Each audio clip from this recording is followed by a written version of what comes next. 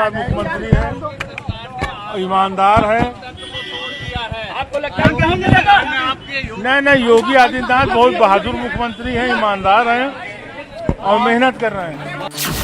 पहले अतीक अहमद ने की योगी की तारीफ, फिर पत्नी बोली हिंदुस्तान में हिंदुत्व का सबसे बड़ा चेहरा है योगी।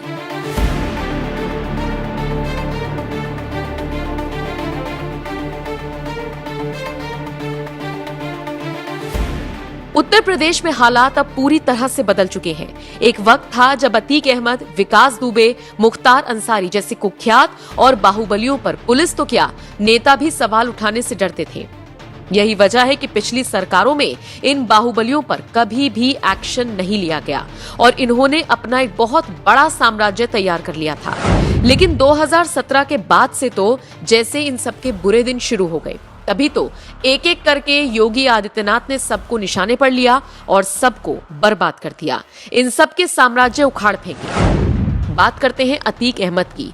एक वक्त था जब अतीक बाहुबली हुआ करते थे, लेकिन अब हालात बदल चुके हैं। अतीक अहमद अब जेल की सलाखों के पीछे हैं और उसकी पत्नी बाहर रहकर योगी आदित्यनाथ का गुणगान कर रही है। बता रही है कि सीएम योगी हिंदुस्तान में हिंदुत्व का सबसे बड़ा चेहरा है और वो मुसलमानों के बीच भी खूब लोकप्रिय हैं। इतना ही नहीं, योगी की तारीफ करते हुए अतीक अहमद की पत्नी शाइस्ता परवीन ये तक कहने से नहीं चूकी कि योगी आदित्यनाथ सभी के लिए बराबरी से काम कर रही हैं। वो सर्व समाज का चेहरा है। शाइस्ता परवीन का ये बयान सुन लोग सोच रहे हैं कि अगर ये योगी आदित्यनाथ का खौफ नहीं है तो फिर क्या है कि बाहुबली और कुख्यातों के साथ साथ उनके परिजन भी योगी की तारीफ करते हुए दिख रहे हैं। चलिए पूरा मामला आपको विस्तार से बताते हैं। दरअसल हाल ही में अतीक अहमद का एक वीडियो सामने आया था जिसमें वो योगी की तारीफ करता हुआ दिख रहा था। अब उसकी पत्नी शाइस्ता परवीन के सुर भी बदले बदले से हैं। शाइस्ता परवीन ने न सिर्फ मुख्यमंत्री की तारीफ की बल्कि उनके नाम एक खुला पत्र लिखा जिसमें उसने योगी से मुलाकात के लिए वक्त मांगा है। शाइस्ता परवीन ने कहा, बीजेपी पसमानदा मुसलमानों के लिए काम कर रही है और वो खुद भी पसमानदा मुस्लिम समाज से आती हैं, इसीलिए मुख्यमंत्री से मुलाकात करना चाहती हैं। इसके अलावा इस पत्र में शाइस्ता परवीन ने अपने दोनों बेटों की रिहाई को लेकर गुहार लगाई और मुख्यमंत्री से मिलने का वक्त मांगा। शाइस्ता ने कहा, कुछ पुलिस वाले मेरे बच्चों पर गैंगस्टर एक्ट लगाने की तैयारी कर रहे हैं और इसी को लेकर सीएम योगी से वो मुलाकात करना चाहती हैं। बताते चले, अतीक अहमद की पत्नी ने अपने पत्र में ये भी लिखा कि संभव हुआ तो वो सीएम योगी के साथ सियासी चर्चा भी कर सकती हैं। हालांकि सियासी मुद्दे पर वो तभी बात करेंगी जब पति से इस बारे में चर्चा कर लेंगी।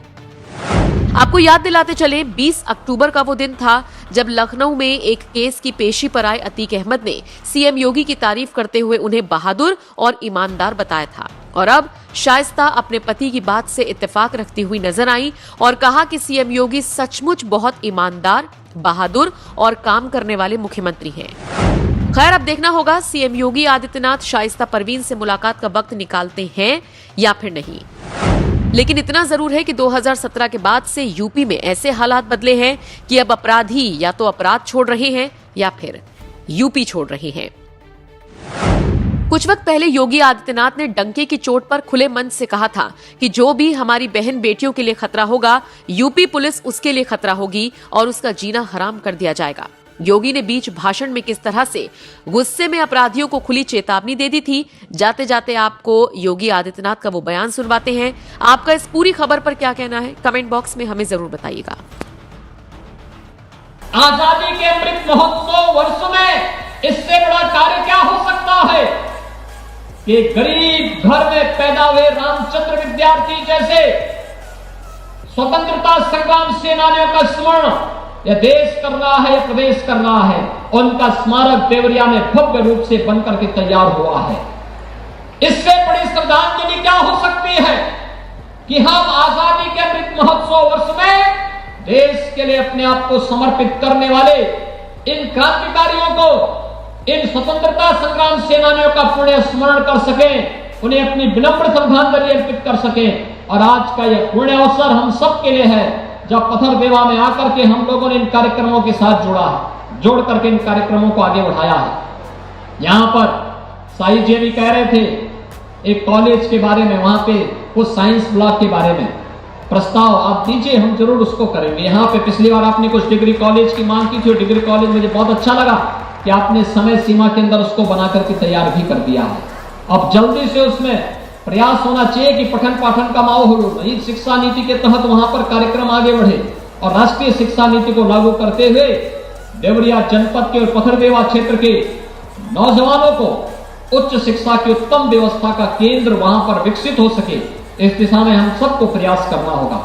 भाइयों बहनों, बहुत कुछ है करने के लिए और हम लोगों ने पहले भी कहा है कि देवरिया और कुशीनगर की धरती तो सोना उगलने का काम कर सकती है। यहां पर हमें उस प्रकार की सुविधा के लिए अपने आप को तैयार करना होगा।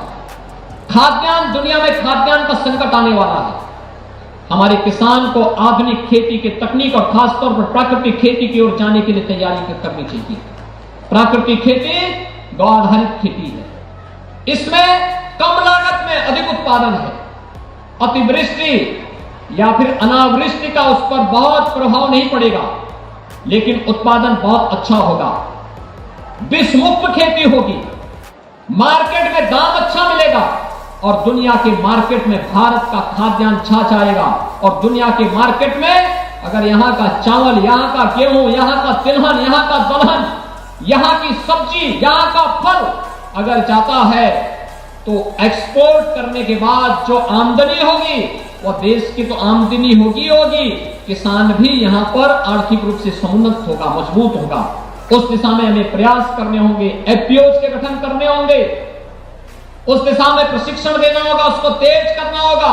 कृषि विभाग ने इस दिशा में बेहतर कार्य आगे बढ़ाया है और उसके लिए आवश्यकता पड़ती है अच्छे सेंटर ऑफ एक्सीलेंस की स्थापना का। उसके लिए आवश्यकता पड़ती है तो नए विश्वविद्यालयों के निर्माण का, क्योंकि राष्ट्रीय शिक्षा नीति में हर जनपद में एक विश्वविद्यालय भी बनना है और उन विश्वविद्यालयों की स्थापना की दिशा में भी हमें प्रयास करना चाहिए। अब आवश्यक नहीं कि हम किसी एक विषय को लेकर के विश्वविद्यालय बनाएं, अब तो हर विश्वविद्यालयों में हर प्रकार के पाठ्यक्रम एक साथ भी प्रारंभ हो सकते हैं और उन कार्यक्रमों को एक साथ आगे बढ़ा करके हम लोग अपने नौजवान के सामने देश और दुनिया के लिए अनेक अवसर प्रदान कर सकते हैं। स्किल डेवलपमेंट उसमें एक क्षेत्र हो सकता है। खाद्यान्न उत्पादन में अच्छी तकनीक के माध्यम से आगे बढ़ाने का कार्य हो सकता है। पशुपालन के माध्यम से उन्नत किस्म का भारतीय नस्ल के गोवंश और भैंसों की अच्छी किस्मों को आगे बढ़ा करके उसके माध्यम से भी हम दुग्ध उत्पादन में किसान की आमदनी को कई गुना बढ़ाने का कार्य कर सकते हैं। मुझे पूरा विश्वास है आप इस प्रदर्शनी से प्रेरणा लेंगे और इसके माध्यम से बहुत कुछ आपने किया भी होगा। जो आपने किया है आप बताएंगे कृषि विभाग को, जो आप में कमी है वह कृषि विभाग आपको सहयोग करेगा और आप देखेंगे एक साथ मिलकर के व्यवस्था आगे बढ़ेगी। आज के इस अवसर पर मैं एक बार फिर से देवरिया जनपद को विधानसभा चुनाव में सहयोग करने के लिए सातों की सातों सीटें भारतीय जनता पार्टी की झोली में डालने के लिए हृदय से आभार व्यक्त करता हूं। मैं 477 करोड़ रुपए की लागत की इन सभी परियोजनाओं के लिए श्री सूर्य प्रताप शाही जी, यहां के माननीय सांसदगण, यहां के माननीय विधायकगण, यहां के सभी माननीय विधान परिषद के सदस्यों को, सभी जनप्रतिनिधियों को हृदय से बधाई देता हूं, जनपद वासियों का अभिनंदन करता हूं। ये दीपावली का एक लघु उपहार है, अभी इससे बड़े उपहार देने के लिए हम लोग बाद में आने वाले हैं।